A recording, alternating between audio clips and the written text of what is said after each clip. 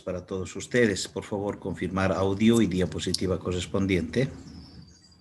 Muy buenas tardes, doctor. El audio está bien y ya estamos viendo las diapositivas. Muchas gracias, Elena. Muchísimas gracias a todos ustedes. Espero hayan tenido una excelente vacación. Y como siempre, recomendarles que se cuiden y cuiden a sus familiares, que estamos viviendo una nueva etapa a nivel del aspecto viral. Y es muy necesario siempre concientizar a las personas, y la labor de ustedes siempre es mantener esa concientización en todos sus seres queridos y en todas las personas que ustedes vean así por conveniente, ¿no? Bien, vamos a continuar entonces con el avance de la asignatura.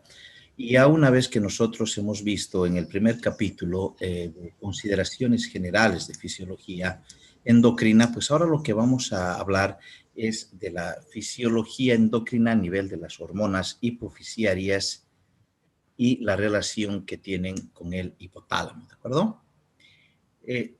Alguien está, creo, con... Alejandra, por favor, apaga tu... Gracias, muy amable. Listo. Entonces les decía que lo que vamos a hablar el día de hoy es de las hormonas que tienen una relación principalmente a nivel del hipotálamo y la hipófisis, ¿de acuerdo? Entonces, eso es lo que vamos a checar el día de hoy. Es decir, que vamos a ir de cefálico a caudal viendo todas las hormonas, en este caso la hipófisis. Después vamos a ver la tiroides, la paratiroides, vamos a hablar de las suprarrenales y luego vamos a hablar del páncreas y de los órganos y de las hormonas sexuales, tanto los testículos como ovarios, para completar el avance de endocrinología. Bien, entonces sin más que decirles, vamos a empezar con la relación del hipotálamo-hipófisis. Para hablar de la hipófisis, pues nosotros vamos a destacar acá en este dibujito. Ustedes están viendo, saben ustedes perfectamente que los dibujos son totalmente explicativos y eso es lo que nos interesa principalmente asimilar de la explicación del docente. La letra, pues ustedes siempre la van a tener en el libro o en cualquier otra parte, que es un mini resumen de lo que yo quiero que ustedes comprendan a cabalidad. La hipófisis, dependiendo de la literatura, puede dividirse en dos o en tres. En fisiología, principalmente la dividen en dos porciones. Esta que les estoy marcando acá, que sería la adenohipófisis, ¿sí? O también denominada hipófisis anterior.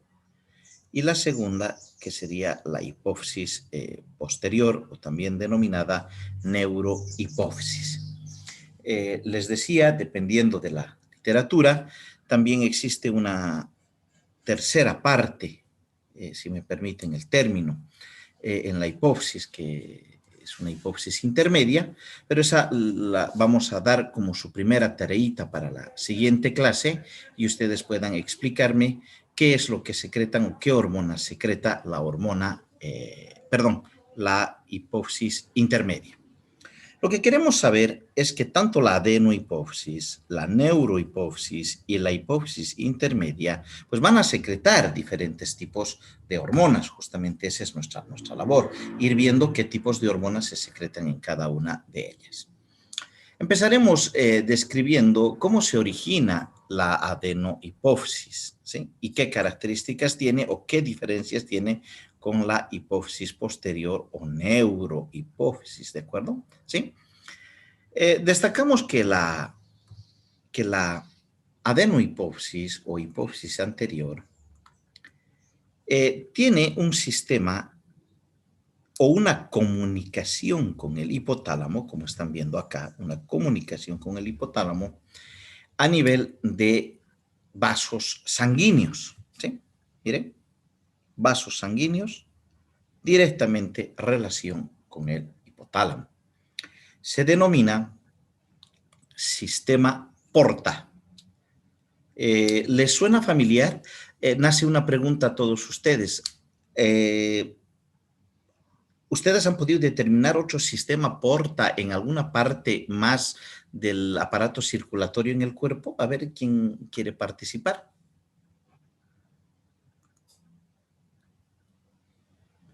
¿Existirá otro sistema Porta aparte del que estamos viendo acá, que es el de la adenohipófisis?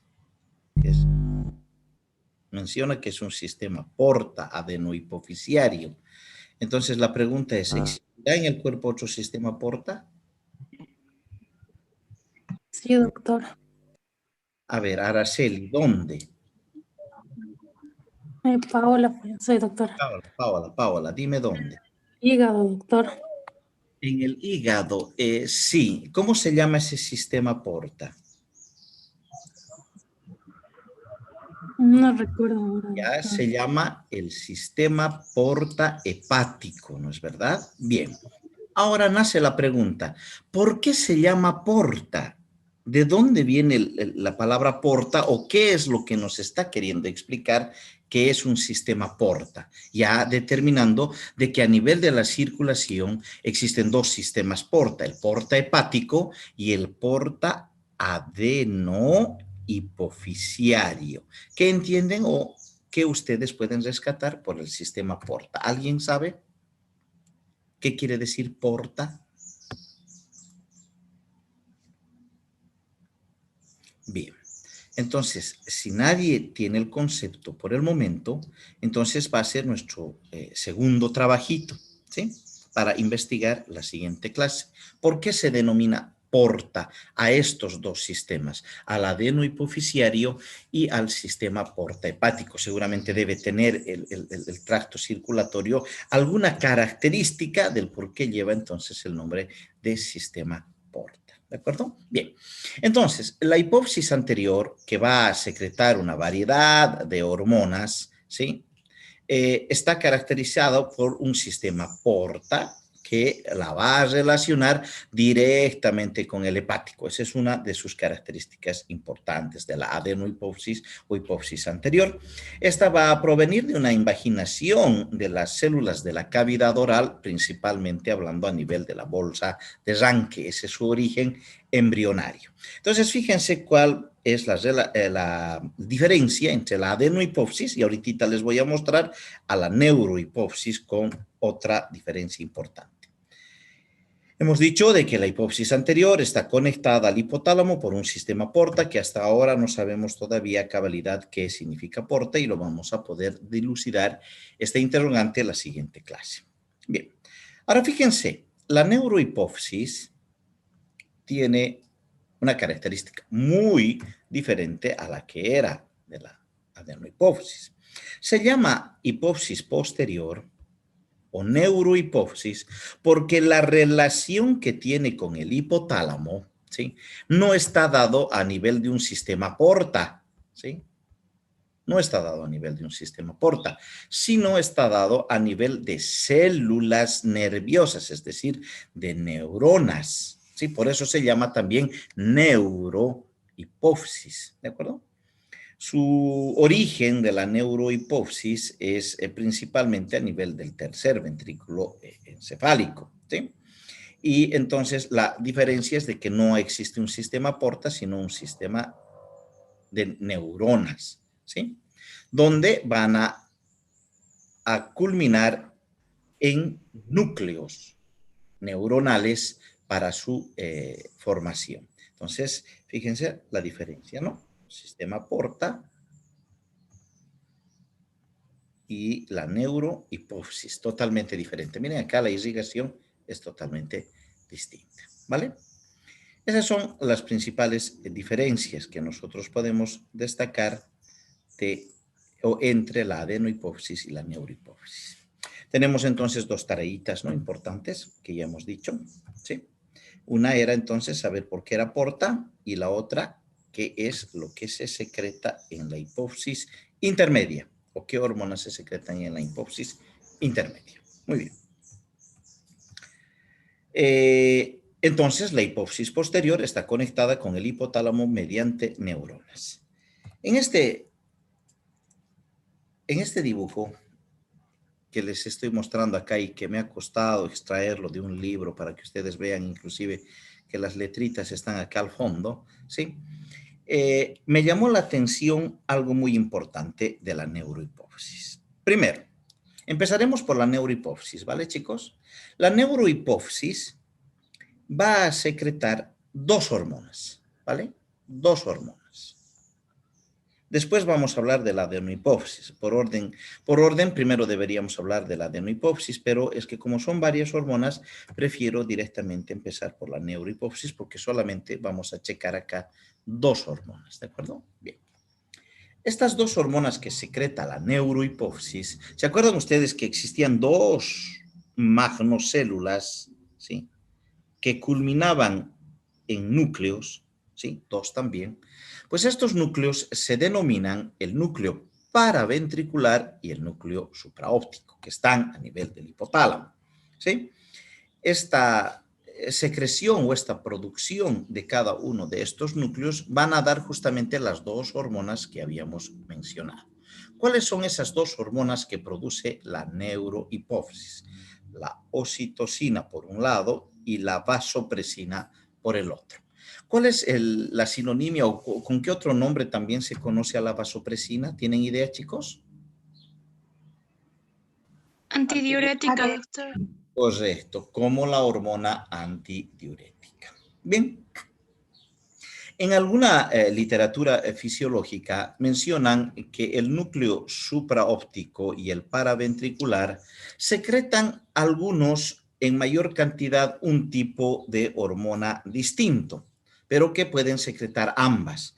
Yo principalmente me voy a basar a lo que dice Guyton, y Guyton es muy específico y claro. Dice Guyton, el núcleo paraventricular secreta la hormona oxitocina. ¿Sí? Como están viendo acá. Por eso que me gustó esta imagen, para que ustedes puedan ver lo didáctico, ¿no? El núcleo paraventricular secreta la hormona oxitocina y el núcleo supraóptico va a secretar la hormona vasopresina. Entonces nos vamos a basar en ese concepto claro que nos da Guyton, ¿de acuerdo? Entonces ya vemos de que la neurohipófisis, con sus 2 núcleos paraventricular y supraóptico, que cada uno secreta, el paraventricular la oxitocina y el supraóptico la vasopresina, estas 2 hormonas van a ir a actuar en otras partes del cuerpo. Si bien son secretadas en la neurohipófisis, pues estas van a pasar al torrente sanguíneo, ¿se acuerdan? Pasan acá al torrente sanguíneo mediante sus órdenes de secreción, y estas van a ir a actuar de diferente manera en sus células diana. No se olviden que dentro de las consideraciones generales hemos visto que actúan en sus células respectivas o células diana correspondientes, ¿de acuerdo? Bien, hablar de la hormona antidiurética principalmente, pues ya nosotros tenemos un conocimiento somero de la hormona antidiurética, porque hemos hablado en sistema renal de esta hormona. A ver, ¿quién me dice qué características tiene la hormona antidiurética? ¿Qué recuerdan de la hormona antidiurética que hemos podido observar en el sistema renal? Vamos, chicos, a ver, participemos. Recordemos principalmente. Es una hormona, doctor, que estimula la absorción de agua con sodio. Ya, Daniel, o sea, él está hablando de que tiene una relación con la reabsorción de agua. Muy bien, ¿dónde generalmente actúa la hormona antidiurética? ¿Se acuerdan, chicos? ¿A nivel de qué parte de la nefrona?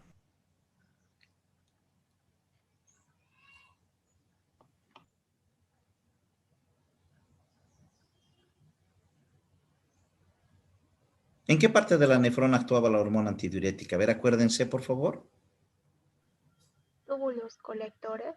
Correcto, Adriana, en los túbulos colectores. Muy bien. Ahora sí, a ver, ¿cuál era el estímulo principal para la secreción o inhibición de la hormona antidiurética? A ver, ¿quién se acuerda?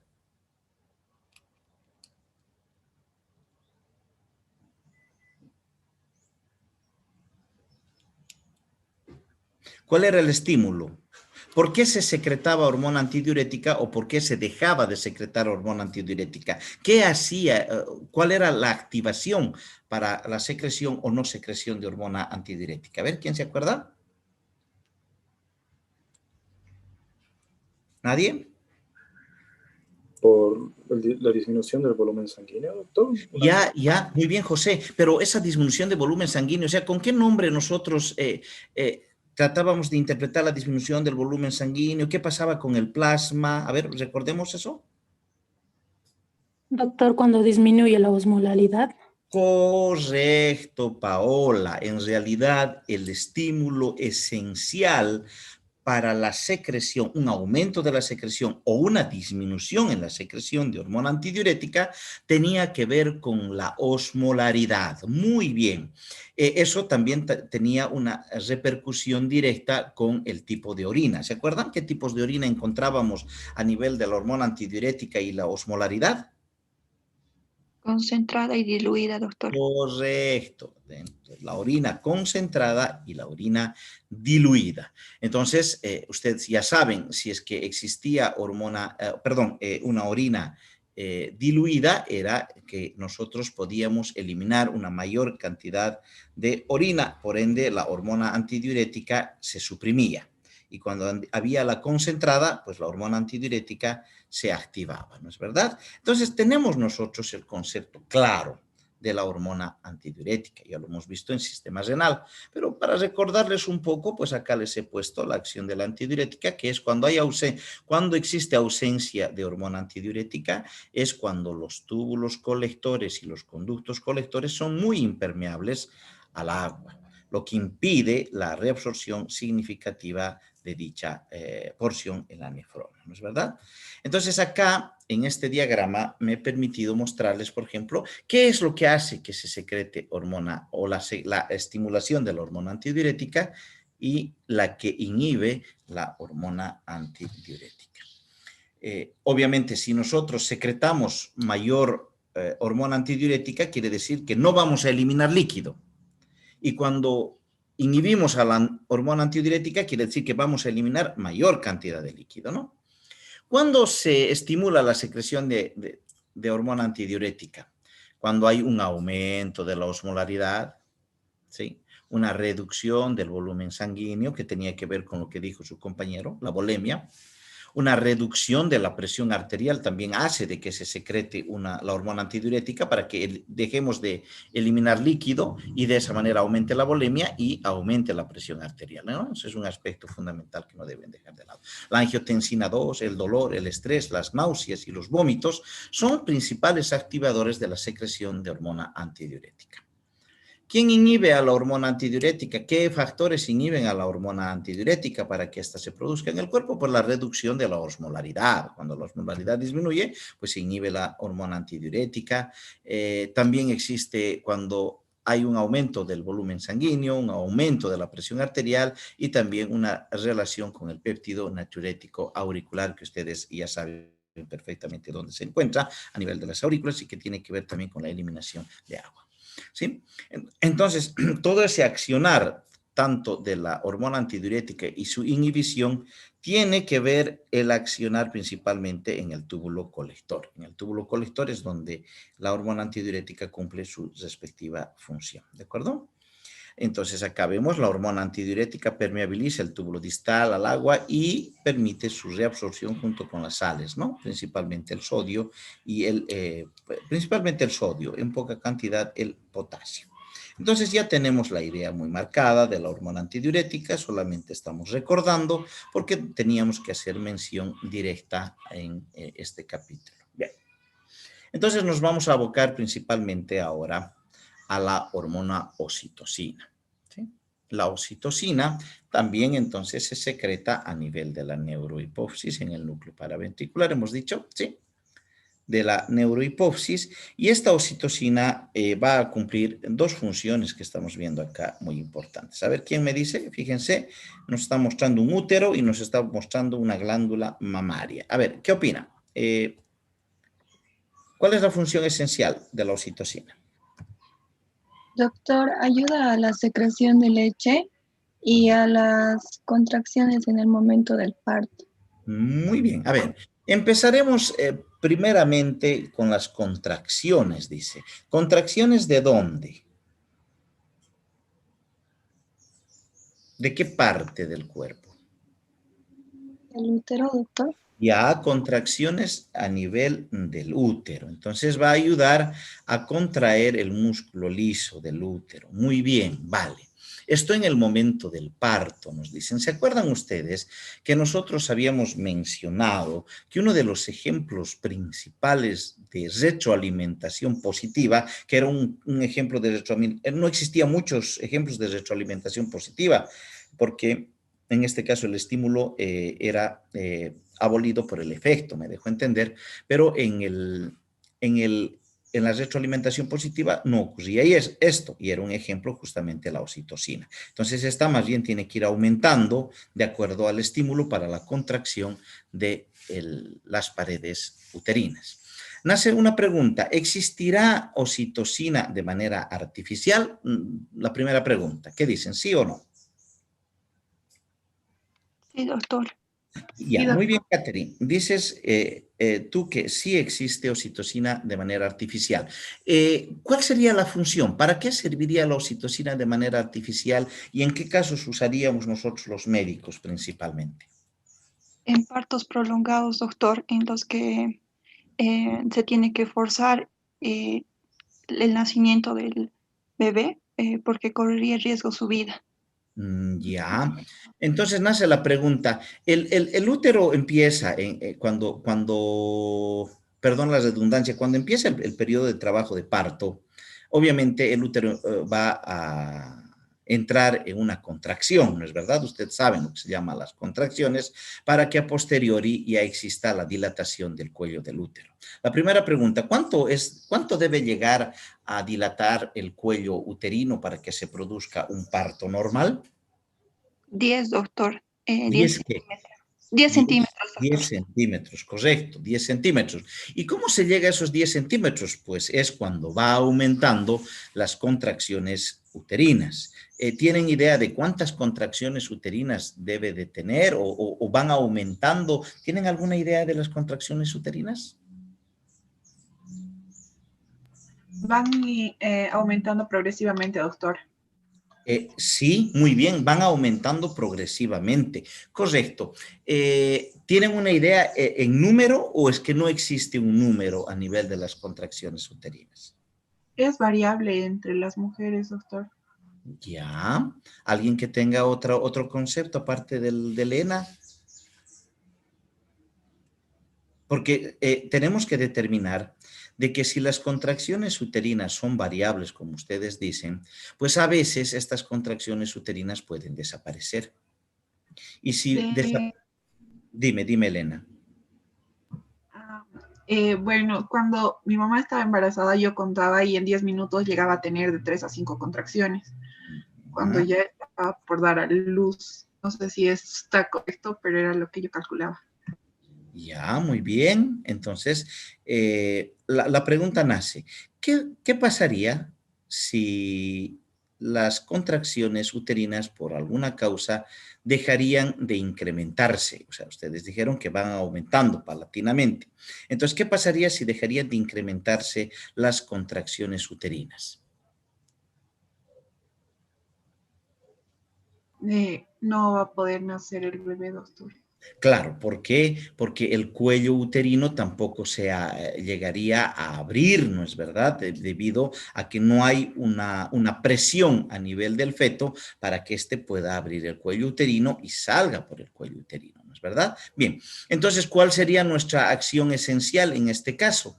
Nuestra acción esencial es utilizar oxitocina para favorecer las contracciones uterinas que posiblemente hayan disminuido o no estén aumentando y el trabajo de parto tampoco esté en su pleno accionar. Entonces, de esa manera se puede utilizar la oxitocina artificial, ¿de acuerdo? Eso es un factor muy importante que no deben olvidarse. ¿Y qué pasaría si a pesar de la ayuda que nosotros vamos a proporcionar de manera artificial de oxitocina, no progresan las contracciones uterinas? ¿Qué harían ustedes? Doctor, ¿no se Cesárea. procede con una cesárea? Sí, no puede ser ya una indicación de que el trabajo de parto no va a llegar a su culmen y entonces lo que se solicita es una cesárea, dependiendo de lo que se tiene que hacer, ¿no? Muy bien, entonces ya tenemos una idea importante a nivel de la contracción del útero. Ahora, mencionaron también que favorece en la lactancia. A ver, ¿qué es lo que hace la oxitocina a nivel de las glándulas mamarias? ¿Será que va a producir leche? ¿Se va a producir leche?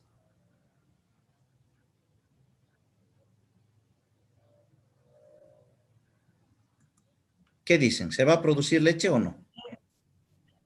Doctor, creo que estas más bien actúan a nivel de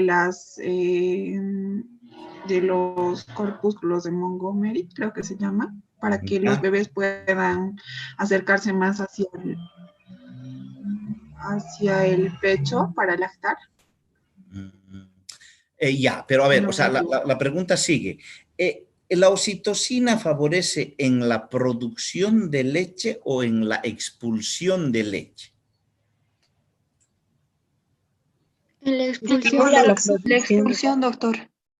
En la producción, ¿quién nos ayudaría? La La prolactina, doctor. prolactina, doctor. Ya, la prolactina. ¿Dónde vivirá la prolactina? ¿Dónde se producirá la prolactina? En adenohipófisis, doctor. Ah, muy bien, en el vecino, ¿no es verdad? Si la oxitocina se producía en la neurohipófisis, una de las hormonas de la adenohipófisis justamente es la prolactina, ¿de acuerdo? Entonces nace la pregunta, jóvenes, ¿una mujer que no esté embarazada pudiese dar de lactar?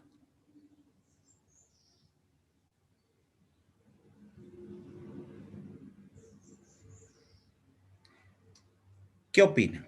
Sí, doctor. Ya, sí, ahora sí. ¿Cuál sería el mecanismo de activación de leche si esta mujer no ha tenido un parto reciente, no ha tenido nunca un bebé y en este caso, ¿cómo produciría leche? Por estimulación, doctor, ¿De qué? de la succión del bebé. Ya, la estimulación de la succión del bebé a nivel de las mamas pueden producir, pero explíquenme el mecanismo fisiológico. ¿Qué es lo que se activa? ¿Cómo se produce la secreción de leche? Bien, obviamente posiblemente no lo sepan a cabalidad, entonces ese es nuestra tercera tareita explicativa para la siguiente clase de cómo se puede producir leche mediante el mecanismo de succión a nivel de la oxitocina, ¿sí? Entonces la oxitocina lo que hace principalmente a nivel de la glándula mamaria es favorecer la expulsión de leche, ¿sí? Activando las células, obviamente, neoepiteliales de los alveolos mamarios, ¿de acuerdo? ¿Sí? Lo que impulsa la leche desde los alveolos a los conductos. No hay producción, ¿sí? Entonces el niño puede obtenerla succionando. Lo que vamos a querer ahora es ver si tiene directa relación la producción de leche sin que esta mujer haya estado embarazada. Porque cuando uno está embarazada y está en periodo de parto, la oxitocina es la que nos ayuda. Pero una mujer que no ha tenido un parto reciente, ¿cómo se tendría que producir la leche? ¿Tendrá una relación directa o no tendrá una relación directa con la oxitocina? Eso es lo que queremos saber y explicar a nivel de la succión como mecanismo productivo o producción de leche. ¿Sí? Les cuento que la oxitocina no solo cumple estas dos funciones esenciales de contracción de las paredes lisas del útero, sino también, y tampoco solamente la expulsión de leche, sino tienen otras funciones muy importantes que nosotros debemos de investigarlas.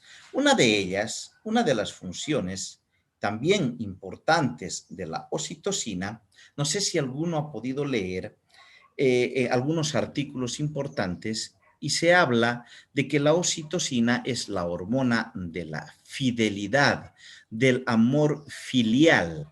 ¿Alguien me puede decir a qué se refiere con que la oxitocina sea la hormona del amor filial?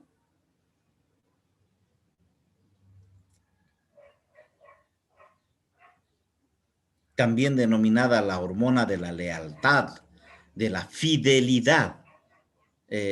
Más con el nombre de la fidelidad, la hormona de la fidelidad. ¿Alguien me puede decir?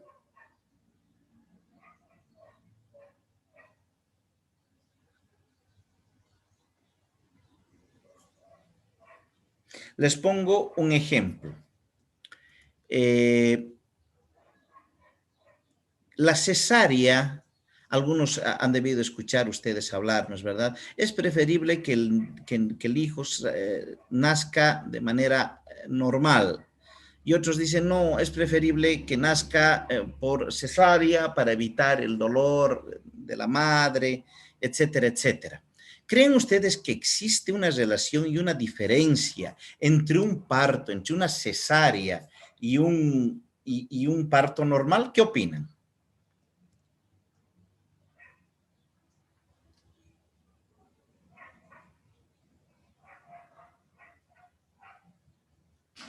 Doctor, las mamás, he escuchado esta charla bastante entre ellas, Ya, manifiestan que los bebés que nacen por parto normal son más apegados a su madre, o sea, son más querendones de la familia y especialmente de su mamá. En cambio, los bebés que nacen por cesárea no lo son, como tal. ya, a ver, ¿quién puede dar otro concepto? A ver, al de Abigail, ¿qué opinan? Dicen los bebés se apegan más a la madre en un parto eutóxico o normal que en una cesárea. ¿Alguien que tenga un concepto por ahí más diferente? A ver.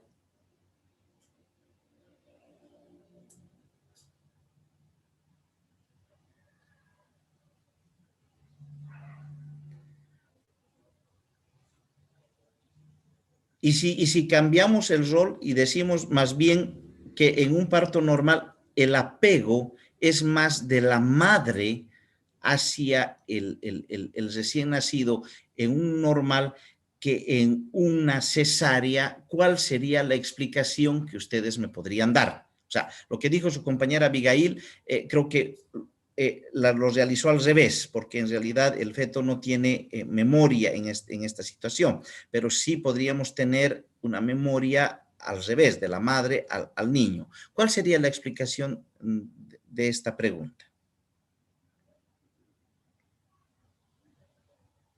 Doctor, ¿podría ser el tiempo de recuperación de una madre al tenerlo por cesárea? Ya se sabe que es más días que al tenerlo por un parto normal.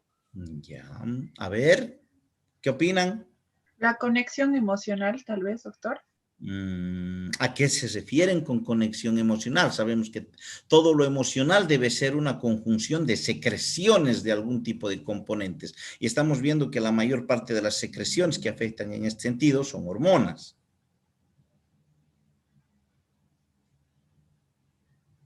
A ver, les hago otra pregunta más.